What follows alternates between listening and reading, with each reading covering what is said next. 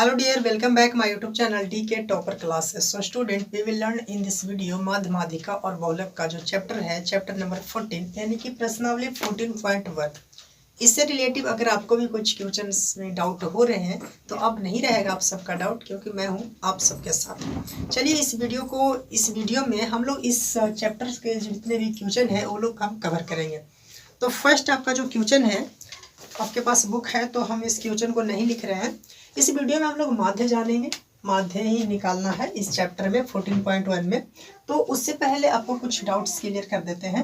हमें क्या पढ़ना है? माध्य पढ़ना है। इसमें हमें 3 टाइप्स के माध्य निकालने रहते हैं। एक वो होती है जिसको बोलते हैं हम लोग प्रत्यक्ष विधि, कल्पित माध्य विधि, और तीसरा होता है पग विचलन विधि। 3 टाइप का होता है। तो इस वीडियो में हम लोग करेंगे वो है प्रत्यक्ष विधि, यानी इंग्लिश में उसको हम लोग कहते हैं डायरेक्ट मेथड। तो फर्स्ट जो हमारा क्वेश्चन है वो आपको इस टाइप से है। उससे पहले यहाँ हमारा माध्यम निकालने के लिए फार्मूला जानते हैं। तो माध्य इक्वल टू जो फार्मूला होती है वो ये होता है sigma F x by sigma F हमारा माध्य इक्वल टू फार्मूला होता है। और पहले हम ये भी जान लेते हैं कि एफ क्या है और एक्स क्या है। तो जो हमारा एफ होता है ये होता है बारंबारता। एफ क्या है? बारंबारता है, ठीक है। और एक्स क्या है? एक्स होता है वर्ग अंतराल, यानी कि इन सब में कितने का अंतराल चल रहा है वो एक्स पता चलता है, और ये सिग्मा डिनोट करता है इन दोनों के लिए, माध्य के लिए, ठीक है।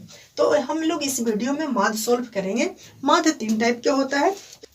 इस वीडियो में हम लोग प्रत्यक्ष विधि ही पढ़ेंगे और प्रत्यक्ष विधि से ही क्वेश्चन को फाइंड करेंगे, ठीक है। और आगे अगर कहता है किसी विधि से निकालने के लिए तो भी हम आपको सिखा देंगे। लेकिन ये 14.1 का है, इसमें हम लोग चैप्टर 1 से करने वाले हैं 14.1 का। इससे का फर्स्ट का जो क्वेश्चन है पहले इसे इरेज कर देते हैं, ठीक है। हमारा फर्स्ट जो क्वेश्चन है, आपके पास बुक होगा, मैं क्वेश्चन को नहीं लिखूंगा, ठीक है। एक कह रहा है कि विद्यार्थियों के एक समूह द्वारा अपने पर्यावरण सचेतना अभियान के अंतर्गत एक सर्वेक्षण किया गया, जिसमें उन्होंने एक मोहल्ले के 20 घरों में लगे हुए पौधों से संबंधित निम्नलिखित आंकड़े एकत्रित किए। प्रति घर माध्य पौधों की संख्या ज्ञात करना है, ठीक है। तो हमारा डेटा दे रखा है पौधों की संख्या। तो यहाँ आप अच्छे से लिख लो, क्या लिखना है? पौधों की संख्या। हम लोग लिख लेते हैं पौधों की संख्या हमारा दे रखा है। एक लाइन इस तरह से आप ड्रॉ कर लेना, ठीक है। फिर हमारा बारंबारता हो जाती है। बारंबारता को आप शॉर्ट में एफ लिखना, अभी आपको बताएं, बारंबारता को एफ लिख लेना। बारंबारता निकालने के बाद हमारे नंबर आते हैं एक्स को, जिसको हम लोग वर्ग अंतराल बोलते हैं। और फिर हमारा होता है एफ और एक्स, यानी कि इन दोनों का मल्टीप्लाइकेशन, ठीक है।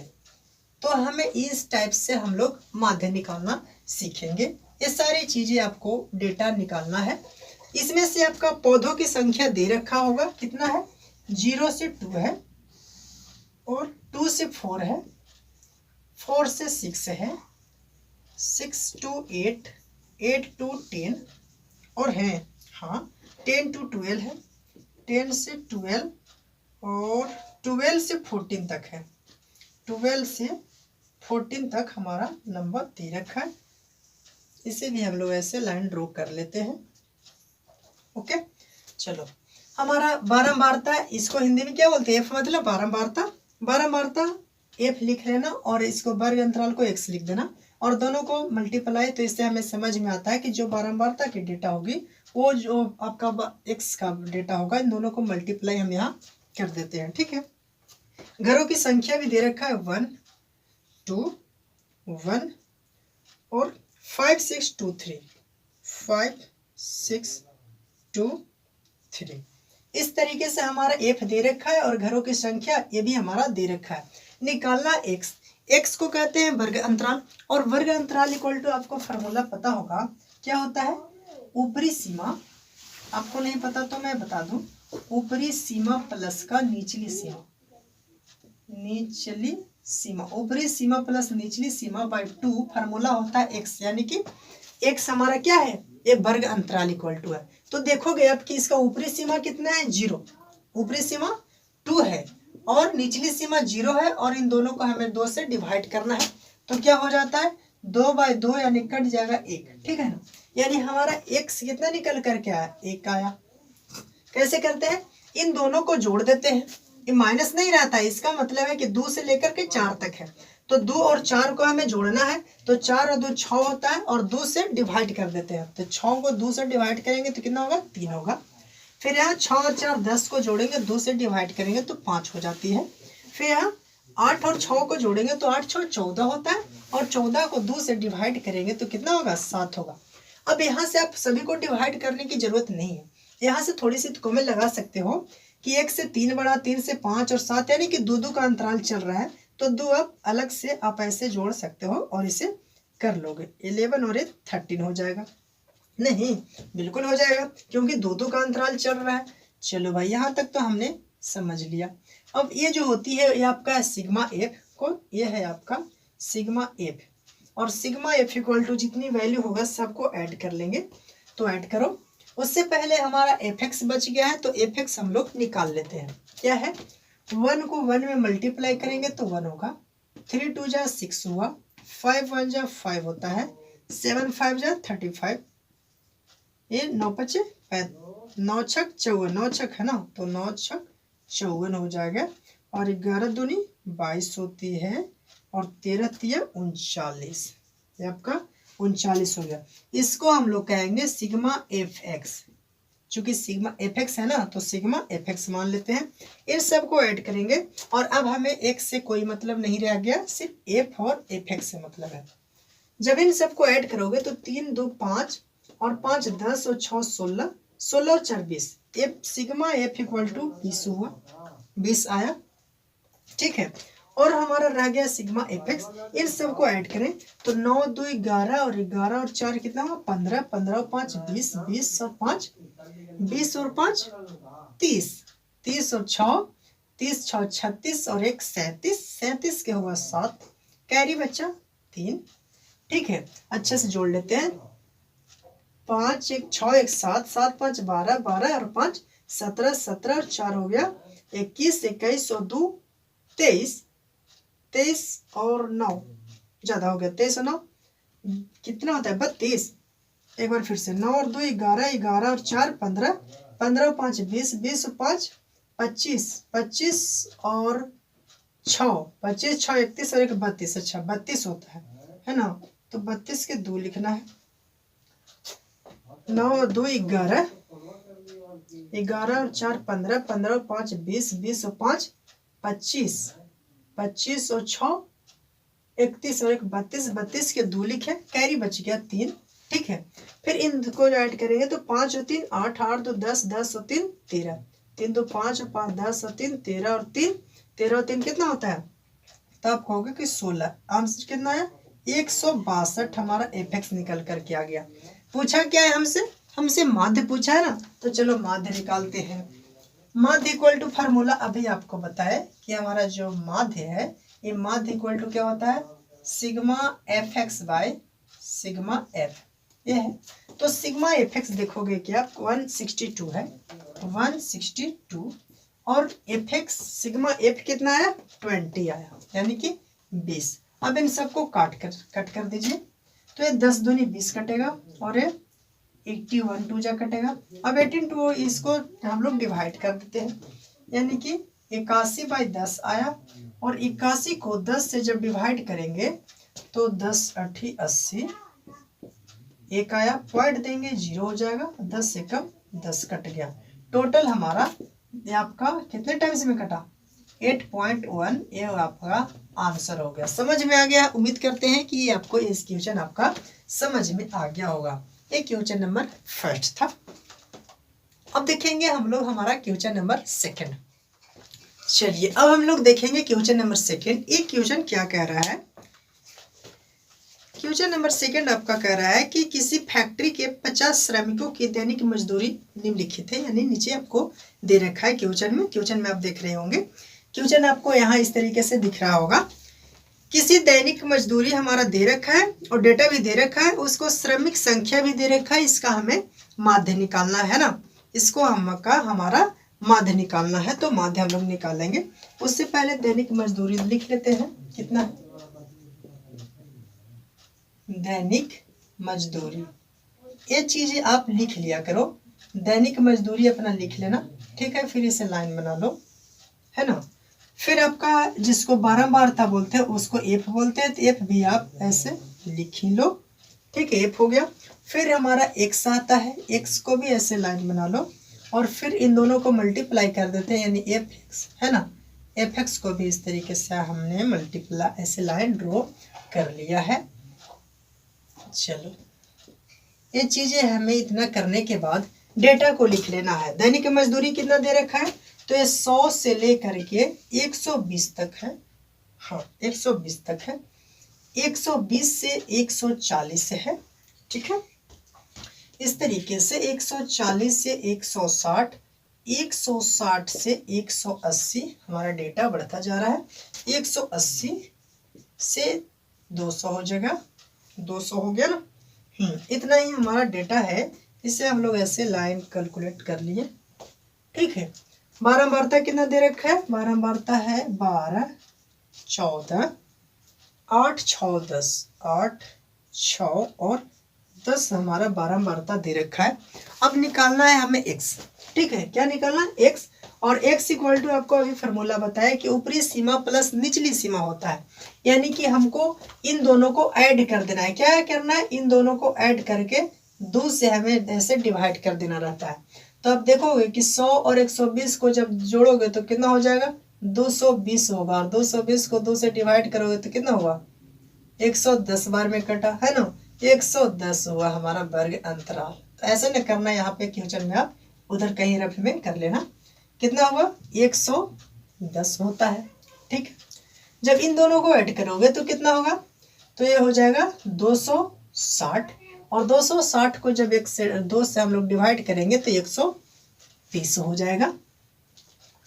260 को 2 से डिवाइड करेंगे तो 130 होता है। चलो भाई, फिर इन दोनों को जब ऐड करोगे तो कितना हो जाएगा, 200 और 300, यानी कि 150 हो गया है। 150 अंतर, अब देख लो अंतर कितना का चल रहा है, 10 से 20 बढ़ा, 20 से फिर 30 से 20 बढ़ा, यानी 20 का अंतर चल रहा है। तो ये आपका 70 हो जाएगा और ये हो जाएगा आपका 190, ठीक है। 190 हमारा हो गया। अब करना क्या है, एफ एक्स, यानी कि इन दोनों को मल्टीप्लाई करना है।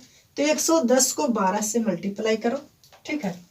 110 गुने 12 से जब मल्टीप्लाई करेंगे तो कितना होगा, 0, 11 दूनी 22 और ये आपका 110, 0, 2, 3, 1, 1320। यहाँ आपका 1320 हुआ, ठीक है। फिर 130 को 14 से मल्टीप्लाई, 130 को हमें 14 से मल्टीप्लाई करना है। 0, 13, 3, 40, 13 चौका 52, कितना होगा, 130, 0, 2, 5, 3, 8, 1, 18, 20, है ना। ये 1820 हुआ। अब हम लोग 150 को 8 में करेंगे, ठीक है। 150 को 8 में कर लो तो 0 हो गया, 8 बचे, 40 के 0, 4, 8, 4, 12, 120, ये आपका 1200 हो जाती है, ठीक है। 170 को 6 से मल्टीप्लाई करना है। 170 को 6 से मल्टीप्लाई, 0, 7, 6, 42 के 2, 4, 6 और 4, 10, 10, 20, ये आपका 1020 हो गया। 1900 को 10 से मल्टीप्लाई करोगे तो आप 190 को 10 से मल्टीप्लाई करोगे तो 1900 हो जाता है। इतना हमारा डेटा निकल करके आ गया है। चलो, अब हमें क्या करना है, इसको हम लोग बोलते हैं सिग्मा एफ एक्स और ये होता है आपका सिग्मा एफ। इन सब को जब ऐड करेंगे तो कितना होगा, 10, 20, 30, 30 नहीं, ऐसे ऐड करते हैं, 8, 6, 14, 14 और 4, 18 और 2, 20 के हो गए 0, हासिल बच रहा है 2, 1, 2, 3, 3 और 2, 5, सबको ऐड किए तो हमारा 50 आ गया। इन सबको भी ऐड करना है तो कर लेते हैं। यहाँ पर 1320 है, 1820 है, फिर 1200 है, इस तरीके से 1020 है, ये 1200 लिखे हैं, सॉरी माफ कीजिएगा, 1200, ठीक है। और यहाँ 1900 है, 1900, ये 5 डेटा हमारा 2, 4, 5 डेटा दे रखा है। सबको हम लोग ऐड कर लेंगे, 0 को ऐड करेंगे 0 के साथ, 2 और 2 4 और 2 6 हो गया, ठीक है। 9 2 11, 11 और 8, 11 8 कितना होता है 19, 19 और 3 22 के 2 बचा 2, 1 2 3 4 5 और 2 7, 7260 आया, 7260। चलिए 7260 हमारा आया। अब क्या करेंगे, सारी चीजें तो हमें निकल कर क्या गया, तो डायरेक्ट हमें फार्मूला लगा देना है। फार्मूला क्या कहता है, फार्मूला माध्य इक्वल टू क्या होता है formula, sigma F x by sigma F. इस चीज को हम लोग सिग्मा कहते हैं ना, आपको पता होगा और इसे ध्यान में रखना। चलो सिग्मा एफ एक्स हमारा ये दे रखा है 7260, सिग्मा एफ एक्स कितना है 7260, 7260 सिग्मा एफ एक्स है। और नीचे सिग्मा एफ कितना है देख लो, तो 50 है, 50 ठीक है। अब इसे हम लोग डिवाइड करेंगे, जब फैक्टर नहीं डिवाइड करना शुरू करेंगे, 0 से 0 कट गया, बचा कितना 726 बाई 5, 726 को 5 से हमें डिवाइड करना है, 5 एकम 5 होती है, 2 5 चौका 20, 2 बच्चा फिर कह दिया 6 हुआ ना 6, और 5 5 25, ये भी कट गया, एक आया पॉइंट देंगे 0 और 5 दूनी के 10, ये भी कट गया, यानी कि कितना है आंसर 145.2 आपका आंसर हो गया क्वेश्चन नंबर 2 का। चलो इसे हम इरेज कर लेते हैं। ये आपका क्वेश्चन नंबर कितना था, क्वेश्चन नंबर 2 था, जिसका ए आंसर रहा एक प्रश्नावली 14.1 में। तो इस तरीके से हमने 2 क्वेश्चन कर लिया है। अब नंबर आती है क्वेश्चन नंबर 3 की, उसे देखते हैं कि कैसा क्वेश्चन है।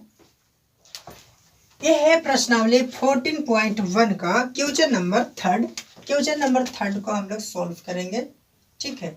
क्वेश्चन नंबर 3 क्या कह रहा है कि निम्नलिखित बटन की एक मोहल्ले में, यहाँ आपको दिख रहा होगा क्वेश्चन, निम्नलिखित कहा, निम्नलिखित बटन के एक मोहल्ले के बच्चों के दैनिक जेब खर्चा दर्शाता है, जिसमें से माध्य जेब खर्च 18 रुपया है, तो लुप्त बारंबारता ज्ञात करना है। इसकी माध्य दे रखा है कितना, पहले से इसमें आपको माध्य जो है वो दे रखा है, कितना है 18 रुपये, 18 रुपये इसका माध्य दे रखा है, और हमें विलुप्त बारंबारता निकालना है, ठीक है। तो दैनिक जेब भत्ता जो है वो दे रखा है, दैनिक जेब खर्चा रुपए में है, ये आपका दैनिक हम लिख लेते हैं, दैनिक जेब खर्च, चलो इतना लिख लेते हैं, इतना से आप समझ गए होंगे। दैनिक जेब खर्च हमारा दे रखा है, ठीक है। और फिर हमारा बारंबारता एफ जिसको बोलते हैं, एफ भी हम लोग निकाल लेंगे। उसके बाद हमारा क्या होता है एक्स होता है, एक्स भी हम लोग निकाल लिए। फिर हमारा एफ और एक्स को जो मल्टीप्लाई कर देते हैं तो हमारा एफ एक्स बन जाती है, ठीक है। अब हम लोग इन सबको एक ब्रैकेट में डाल लेते हैं। चलिए अब हम लोग इसके अंदर डेटा लिखेंगे कि कितना कितना हमारा डेटा दे रखा है। तो वो है आपका 11 से 13, 11 से 13 है, 13 to 15, 13 से 15, 15 से 17 होगा, 17 से 19 है, 19 से 21 है, कहाँ तक है 25 तक है, 21 से 23 और 23 से 25, ये हमारा टोटल कैलकुलेशन है। इतना हमारा टोटल कैलकुलेशन दे रखा है।